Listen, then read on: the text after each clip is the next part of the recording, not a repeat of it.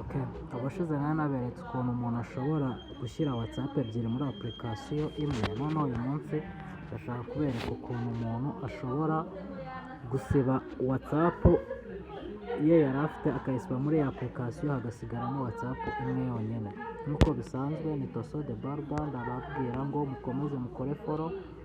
Niba ushaka gusiba account yawe wari ufite kuri WhatsApp ukayisibayo, urajya hariya hejuru ku tudomo dutatu ukoreho, nurangiza uze hano kuri setting, kuko murabizi nyine ino telefone yari irimo WhatsApp ebyiri ariko ndashaka gusibamo imwe.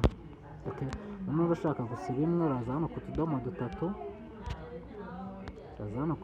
dutatu, okay, noneho murebe neza, urabona ko mfitemo ahangaha hano hambere aha urimo kubona ko hano hari akadomo k'icyatsi.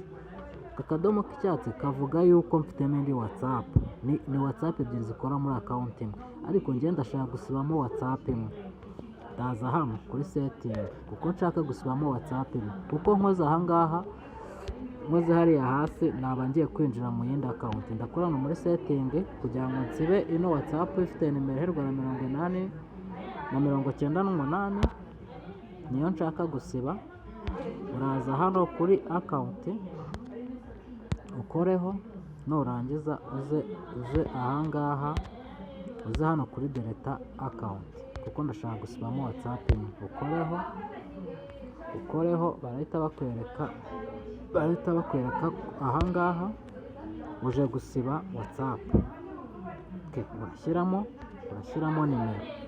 nimero nshaka gusiba 78 nanone 788 niyo nimero nshaka gusiba. Ndakora hano kuri account, ndangiza nsibe. Ahangaha barambaza ati koko ushaka gusiba? Okay, niba nshaka gusiba ndakora aha ndayisiba, ngiye kuyisiba, baranyereka nimero nshaka gusiba, nongere nkore hano nisibe. Ubu ngubu ndimo kuyisiba ino nimero muri WhatsApp, ntabwo nshaka izajya ikora muri WhatsApp abantu mutazi gusiba nimero. Ni kuriya bikorwa, murabona irarangiye ivuyemo, ubu ngubu yavuyemo, murabibona ko yavuyemo.